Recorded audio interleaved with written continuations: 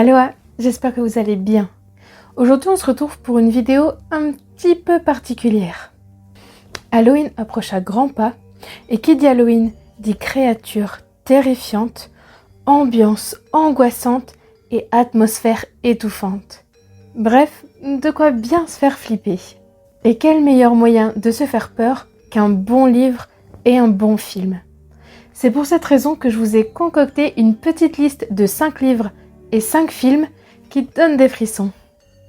Mais je ne vous parlerai ni de livres ni de films d'horreur, tout simplement parce que je n'en ai lu ni vu aucun, et donc je ne peux pas vous conseiller ce que je ne connais pas. Oui, enfin, dis plutôt que c'est parce que tu fous. Quoi ? Mais n'importe quoi. Sérieusement ? Oui, sérieusement. Ah oui, et dans ce cas-là, tu peux nous expliquer pourquoi tu n'as jamais lu ni vu aucun livre ou film d'horreur ? Ça va, c'est bon, t'as raison. Je n'ai vu ni lu aucun livre ou film d'horreur parce que je suis une petite nature et je déteste ça. T'es contente ? Oui, très. Bon, tu peux... Oh là là, ça va. C'est parti.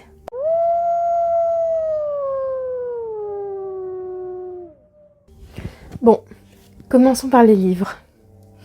Le premier roman dont je vais vous parler est un grand classique de la littérature anglaise qui ressort à peu près tout le temps à cette période de l'année.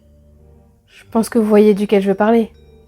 Il s'agit de Dracula de Bram Stoker.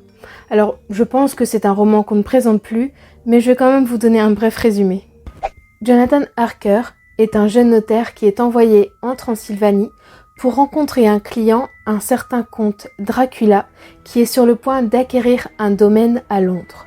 Seulement, dès son arrivée, il se rend compte que quelque chose ne va pas. Tous les habitants paraissent effrayés par le comte Dracula. Et cette impression s'intensifie une fois que Jonathan pousse les portes du manoir et qu'il rencontre le comte lui-même. Même si son hôte paraît bienveillant et attentionné, c'est l'angoisse et la peur qui prennent Jonathan. Et pour cause, il est prisonnier d'un homme qui finalement n'en est pas vraiment un et qui est sur le point de perpétuer ses atrocités en Angleterre. Alors, je suis actuellement en train de le lire, donc je n'en suis pas encore à la moitié. J'ai choisi ce livre tout simplement parce que il rentre bien dans les critères de livres à lire pour Halloween. Parce que je veux pas dire qu'il fait peur, mais voilà, il y a quand même un petit quelque chose. Alors, le style est vraiment super intéressant, puisqu'on voit l'histoire à travers les points de vue des différents personnages, donc à travers leurs journaux personnels, à travers des lettres qu'ils s'envoient, à travers des télégrammes, etc. Donc c'est vraiment très intéressant. Le seul souci que je dirais, c'est que c'est à certains moments un petit peu long. Mais bon, c'est pas très grave. Le deuxième roman que je vais vous présenter n'est pas un classique, mais plutôt une valeur sûre. Il s'agit du premier tome de L'Épouvanteur de Joseph Delany. Tom, 7e fils d'un 7e fils, a le don de voir et d'entendre ce que les autres ne peuvent ni voir ni entendre. Ce don lui donne la possibilité de devenir l'apprenti de l'épouvanteur. Et à 13 ans, la chasse aux sorcières, gobelins et esprits est beaucoup plus attrayante que le quotidien à la ferme. Tom commence alors son apprentissage auprès de l'épouvanteur qui, pour la première nuit, l'enferme seul dans une maison hantée. Mais le pire reste encore à venir. Alors, je n'ai lu pour l'instant que le premier tome, le deuxième est dans ma palle d'ailleurs pour le Pumpkin Autumn Challenge. Alors, il s'agit vraiment d'un très très bon roman. L'histoire est originale, les personnages sont géniaux et même le décor est super bien travaillé. En plus, on a des sorcières, des gobelins, des esprits, bref, le cocktail parfait pour Halloween. Alors ici, on est sur de la jeunesse, donc sur du tout petit frisson. Petit frisson, t'as quand même bien flippé quand il s'est retrouvé enfermé seul dans la maison avec les fantômes. Je peux continuer ? Est-ce que tu peux être susceptible ? Merci. Passons à la suite. Le troisième roman que j'ai à vous présenter est L'essence des ténèbres de Tom Clearlake. Ah bah voilà ! Là, enfin, on commence à jouer dans la cour des grands. Il était temps. Elliot Cooper est un agent du FBI. Il est envoyé dans la petite ville de St. Mary's pour enquêter sur des disparitions d'enfants. Aucun indice concluant n'a été trouvé, mais il y a fort à parier qu'il s'agit d'enlèvement. Son enquête débute dans les forêts de St. Mary's. Une chose est sûre, ce qu'il va découvrir là-bas va le hanter pendant très longtemps. Et nous aussi d'ailleurs. Alors ici, on a un mélange de thriller et de fantastique, surnaturel. On a un rendu quand même plutôt flippant, hein, puisque l'atmosphère, elle est quand même assez angoissante, assez sombre. En plus, on parle de disparition d'enfants, mais qui au final cache quelque chose d'encore plus énorme. Là, quand même, on est... Bon, je vais pas dire sur quelque chose qui fait vraiment super peur, mais on est quand même sur du moyen frisson. Hein. Donc, c'est pas un roman que je recommanderais aux plus jeunes. Hein. Ça n'a rien à voir avec l'épouvanteur.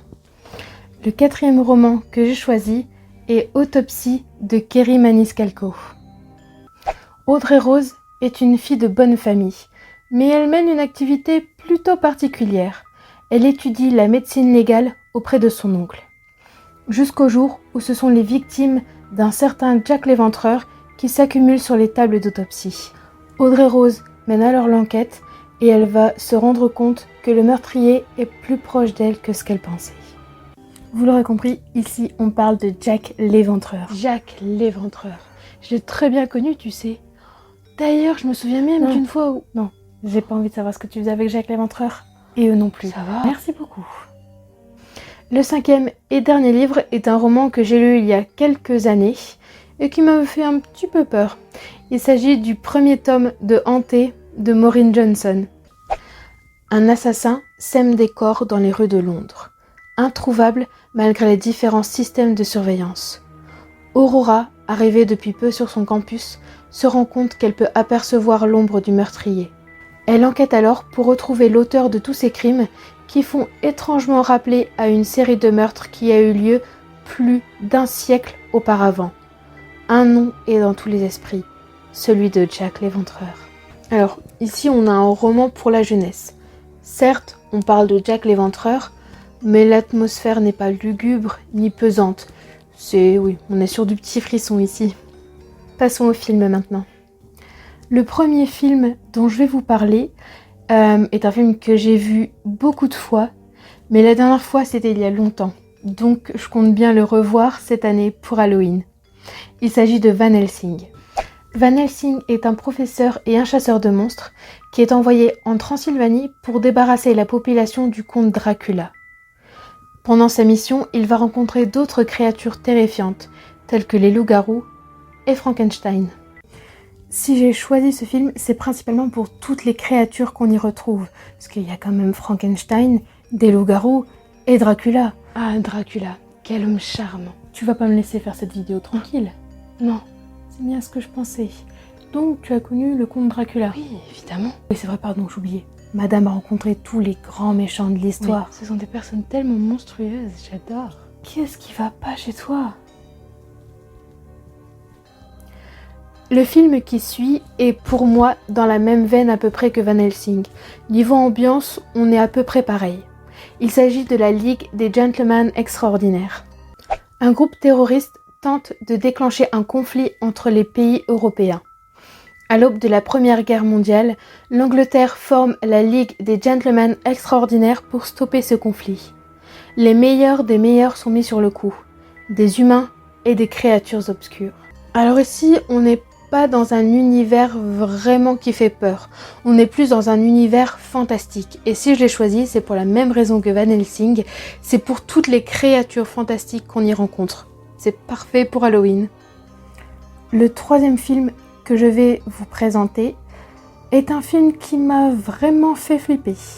Disons que je l'ai vu quand j'étais encore en primaire. J'étais persuadée qu'il s'agissait d'un conte de fées pour enfants.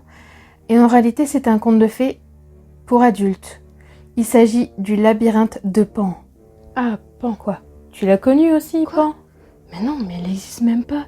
Mais dans quel monde tu vis, toi? Après la fin de la guerre en Espagne en 1944, Carmen, mariée depuis peu avec Vidal, le capitaine de l'armée franquiste, emménage chez ce dernier. Ophélia, la fille de Carmen, a du mal à s'intégrer dans ce nouvel environnement et cette nouvelle maison. Elle fait alors la découverte d'un labyrinthe mystérieux.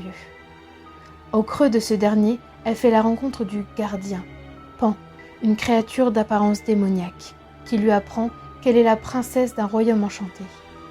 Mais pour découvrir la vérité, Ophélia va devoir accomplir 3 missions très dangereuses. L'atmosphère est vraiment très sombre, très pesante, très lugubre, Bref, absolument pas un conte de fées. Les 2 films qui viennent sont disponibles sur Netflix. Le premier est Bird Box.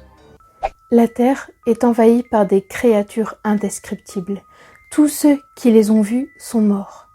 Mallory est obligée d'entreprendre un voyage vers un lieu sécurisé, un refuge qui les protégera elle et ses 2 enfants.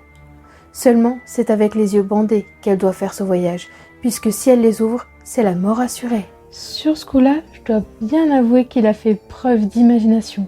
Retourner la peur des gens contre eux pour les pousser au suicide, c'est du génie.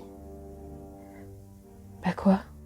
C'est vraiment un très bon film. On n'est pas du tout sur un film d'horreur ou sur un film avec des créatures surnaturelles, obscures, etc.